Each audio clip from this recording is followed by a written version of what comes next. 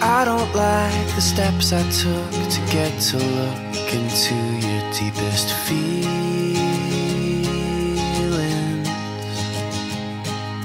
And I don't like the place I'm in, headspace within the hardwood and the sea. The Jewish faith is typically the Old Testament. So it's all the beginning of earth to, I guess, the New Testament. The name Judaism derives from Judah, one of the patriarch Jacob's 12 sons. Abram spoke to God, and God made him 3 promises. The promises were his descendants would form a great nation, he would get a lot of land, and the rest of the earth's inhabitants would descend from him. This is from the book Genesis, chapter 15, verses 17 to 21 in the Bible. But in the Torah, it happened to be the book Be'ashvit. Abram left his home in Ur with his family and traveled to the land God had promised him.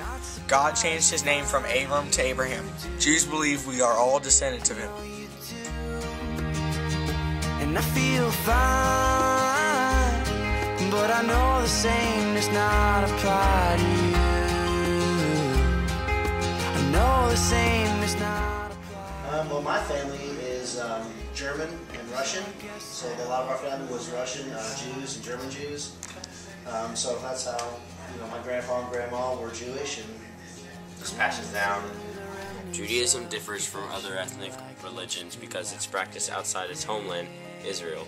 In AD 70, the Romans forced the Jews to disperse, where dispersion comes from throughout the world called diaspora, the Greek word for dispersion. Most Jews moved to Europe, but some moved to North Africa and Asia. Jews have been persecuted in Europe, often being forced to live in the ghettos, a city neighborhood set up by law to be inhabited by only Jews. From the early 1930s to the late 1940s, the Nazi Party of Germany rounded up Jews and sent them to concentration camps where they killed Jews or worked them to death. This was the promise that work will set you free. This event was referred as the Holocaust. Today, less than 15% of the world's 15 million Jews live in Europe, compared to the 90% less than a century ago, mainly due to this event called the Holocaust. I feel fine, but I know the same does not apply to you. Yeah, I know the same does not apply to you. So I guess that I'll curl up and die too.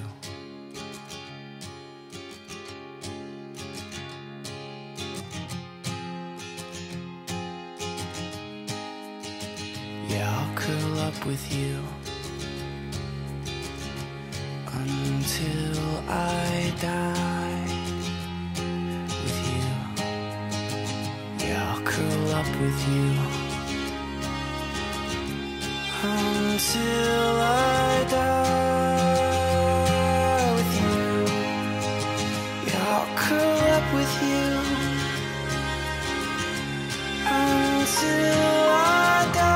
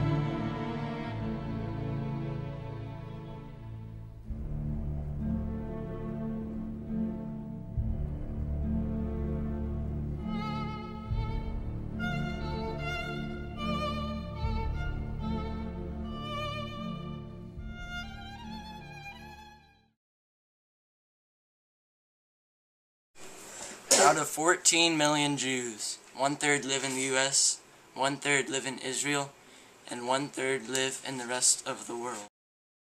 Monotheism is the belief that there is only one God. Jews believe they are God's chosen people, and everybody else is a Gentile. The Holocaust is previously explained. The Israeli-Palestine conflict. Israel is a Jewish state, and all the countries surrounding it are Islamic. The Islamic states are known as Palestine, and those who occupy them are called Palestinians. Jews and Palestinians have fought for land and settlements for a long time. Jewish and Islamic holy places are in the same spots. As a result, Jews and Muslims fight for control of these places. This conflict has persisted through the last 1,500 years and is ongoing.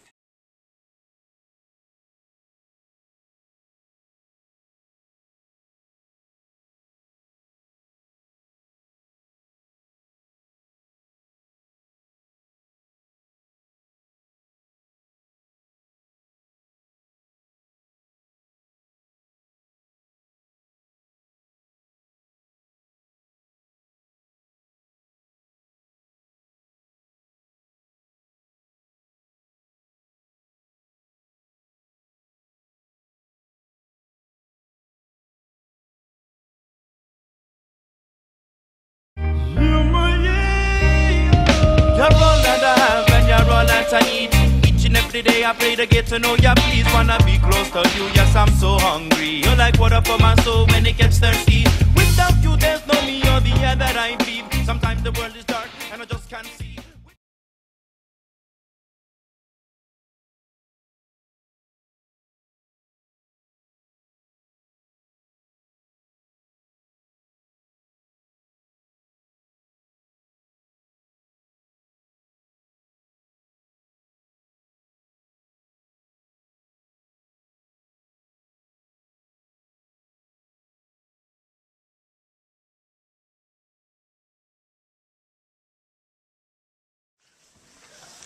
So Tony, we're going to be interviewing you on Judaism today. Just give us a brief overview of the Jewish faith. The Jewish faith is typically the Old Testament. So it's all the beginning of earth to, I guess, the New Testament. And that's at the bottom. Correct. Okay. Got any questions? Okay, so what does it mean to you, like, when you talk about the origin of, like, Judaism? Well, I know there were like 7 tribes of Judah, and I don't know what our tribe was, the Jewish tribe was. I think it was called like the Hesian or Helian or something. It's called a Hesian tribe. Or something along that name, something of that nature. And they just were, they had their own rules and regulations and laws that they abided by, which were pretty much very similar to the Greek rules of the time.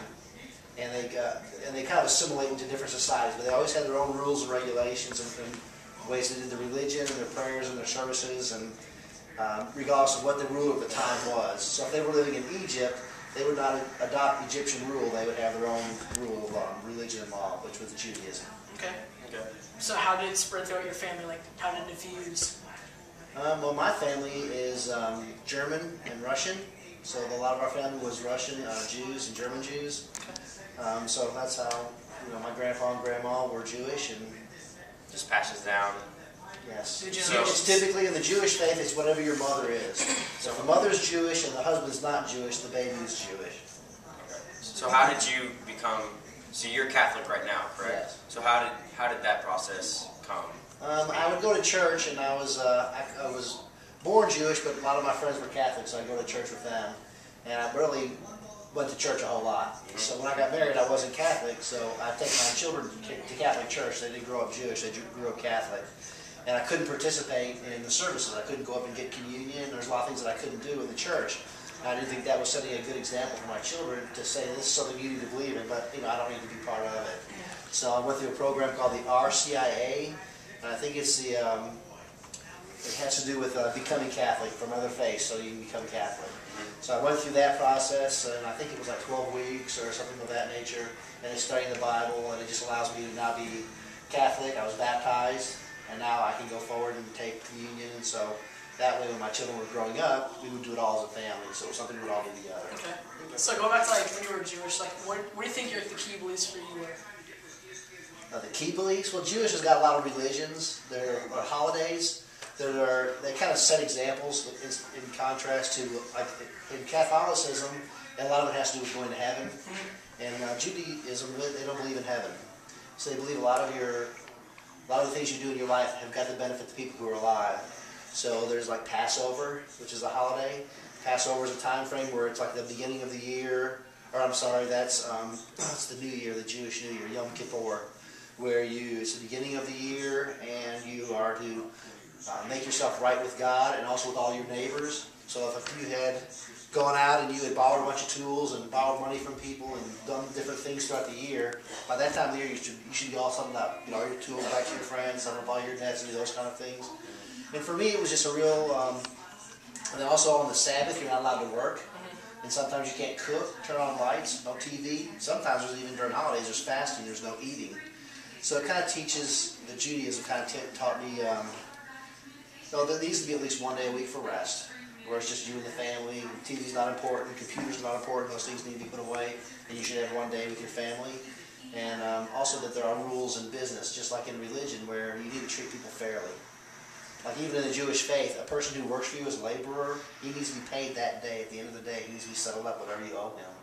So you shouldn't be running long lines of credit out, things of that nature. And I don't do that. I'm a zero credit person. I don't owe any money to anybody other than my house. And if I don't have the money to purchase something, then I shouldn't be getting it. So it just taught me ways of living my life. Okay, so like how did you apply that like to your job and stuff? Well, in business, you don't buy things you can't afford. I mean, when I started working in my business, if you were to buy a gigabyte of hard drive space, back in my day, it was $1,000 a gig. How much is one of those little cards? You know those little cards, those little plug-ins, those little cards that you got? Oh, for your phone? You don't know, for like your laptop, so you can save documents. Oh, chip drive. How much is that? Oh, flash drive. Yeah. $50. But how many gigs are they? Oh, it's like one. No, they're not. They're like 4 or 5 or 6 gigs. You can buy them 4 or 5 or 6 gigs. That'd be $6,000 back in my day. So you just had to be really cautious about. For me, it was just always make sure I didn't spend too much money. Okay. So what exactly? Kind of go back to what Jewish people believe after you die. What happens then? They don't believe there's heaven. Well, what happens then? What do they believe that? I don't know exactly what they believe, but I think it's just that in the Jewish faith, your deeds of goodness should be done while you're living. So that's like your family, your friends. You need to do your good deeds while you're here on earth. Judaism is about treating people fairly. You know, it's like if I sinned against you in the old days of Judaism, and I wanted to make it up to you, I have to come to you first and ask for your permission for me to make myself right with you. You have to give me permission to do that, and then I have to pursue doing that. So it's just, Judaism is more about all the good things that you do are done so that for while you're on earth, because there is nothing after this. Anything else? Do you have anything, class? Yes. Yes, Courtney Metcalf. Okay, one thing, like, what is, totally forgot, you know what, I'm sorry. I totally forgot my question.